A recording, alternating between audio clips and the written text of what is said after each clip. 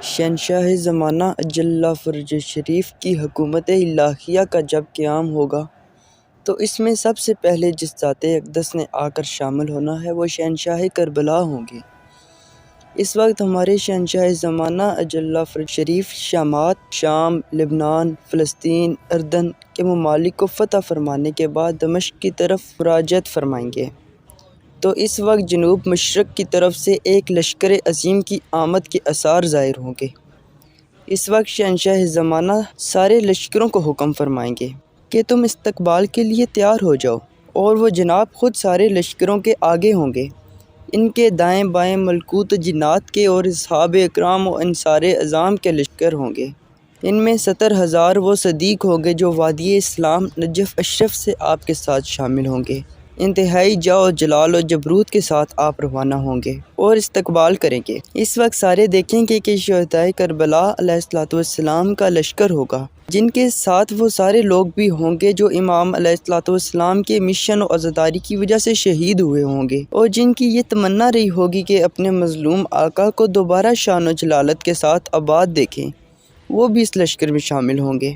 ایک آیت کی تفسیر میں امام علیہ السلام فرماتے ہیں کہ امت ملعون نے 3 مرتبہ اللہ پر جسارت کی ہے۔ پہلی جسارت انہوں نے شہنشاہ امیر کائنات علیہ السلام کی شہادت کی صورت میں کی۔ اس کے بعد انہوں نے اللہ پر دوسری جسارت امام حسن مجتبیٰ علیہ السلام کو شہید کرنے کی صورت میں کی، اور تیسری شہنشاہ کربلا کو شہید کر کے کی ہے۔ اور اللہ نے بھی 3 وعدے فرمائے ہیں۔ پہلا وعدہ ایک ایسے گروہ کو مسلط کرنے کا فرمایا ہے جو انتہائی سخت گیر ہوگا، جس کا قیام خروج سے قبل ہوگا، جو ہر اس آدمی کی گردن اڑا دے گا جس کے ہاتھ آل رسول علیہ السلام کے خون سے رنگین ہوں گے۔ اور حتمی وعدہ سے مراد شہنشاہ زمانہ اجل فرج شریف کا خروج مبارک ہے۔ تمہیں ان کے سامنے حکومت عطا کرنے کا مطلب امام مظلوم علیہ السلام اور ان کے انصار کا اس دنیا میں آنا ہے۔ ان کے سرہائے اطہر پر سنہری خود ہوں گے۔ اس وقت شہنشاہ زمانہ اجل فرج شریف اعلان فرمائیں گے کہ اب ہمارے جد اطہر شہنشاہ کربلا علیہ السلام تشریف لاتے ہیں۔ جب شہنشاہ کربلا تشریف لائیں گے تو ان کا لشکر عظیم اس شان سے آئے گا کہ ان کے ہر جوان کے سر پر سنہری خود ہوں گے، اور ان کے کاندھوں پر ذوالفقار صفت تلواریں ہوں گی۔ اس لشکر کے سر پہ ملکوت مردفین و ملکوت معصومین و منزلین کے لشکر پرے باندھے ہوئے ہوں گے، اور اس لشکر کے آگے کردگار وفا علیہ السلام تشریف لا رہے ہوں گے۔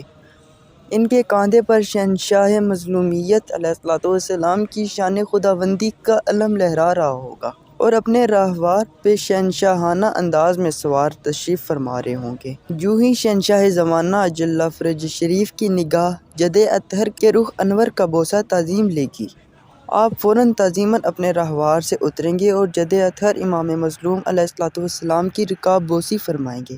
خدا جانے وہ منظر کتنا حسین ہوگا جب ہمارے شہنشاہ زمانہ اپنے جد مظلوم علیہ السلام کی قدم بوسی کو جھکیں گے، اور وہ جناب اپنے لخت جگر اپنے منتقم علیہ السلام کو کاندھوں سے پکڑ کر سینے سے لگائیں گے۔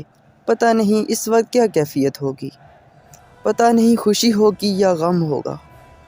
ہاں، اتنا تو ہم جانتے ہیں کہ آنسو بھی بڑی عجیب چیز ہے، یہ تو بہنے کا بہانہ ہی ڈھونڈتے رہتے ہیں، چاہے خوشی ہو یا غم، یہ تو برس ہی پڑتے ہیں۔ جب ایسے روایات و احادیث پڑھے جن میں یہ بیان تھا کہ شہنشاہ کربلا علیہ السلام کی رجت کے مقام کو بیان کیا گیا ہے، اور ان میں یہی لکھا ہوا تھا کہ وہ اس وقت واپس دنیا میں اظہار فرمائیں گے جب ہمارے شہنشاہ زمانہ شام میں دمشق کے باہر قیام پذیر ہوں گے، تو مجھے فوری طور پر یہی خیال آیا کہ شام تشریف لے جانے کی کیا وجہ ہو سکتی ہے؟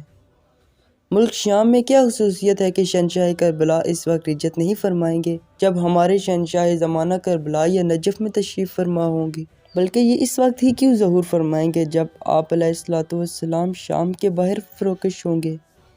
اس سوال کا واحد جواب میرے ذہن میں یہی آیا کہ شہنشاہ کربلا علیہ السلام اپنے مشن اور مقصد کی مالک پاک ہمشیر صلوات اللہ علیہا کو شامل فرمائے بغیر کیسے اپنی خوشی کا اعلان فرما سکتے ہیں؟ میں سمجھتا ہوں کہ یہ سب کچھ ملکہ شام بی بی صلوات اللہ علیہا کی وجہ سے ہے کہ شام جا کر انہیں اپنے گھر اطہر کی ابدی آبادی کی نوید دینا ضروری ہے، کیونکہ جب تک ملکہ شام بی بی صلوات اللہ علیہا خوش نہ ہوں گے اس گھر کا کوئی بچہ بھی خوش نہیں ہو سکتا۔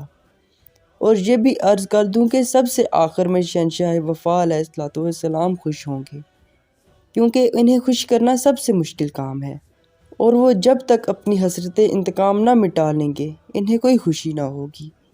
یعنی گھر اطہر کی حقیقی آبادی اور مسرت کا اعلان ملک شام میں ہوگا۔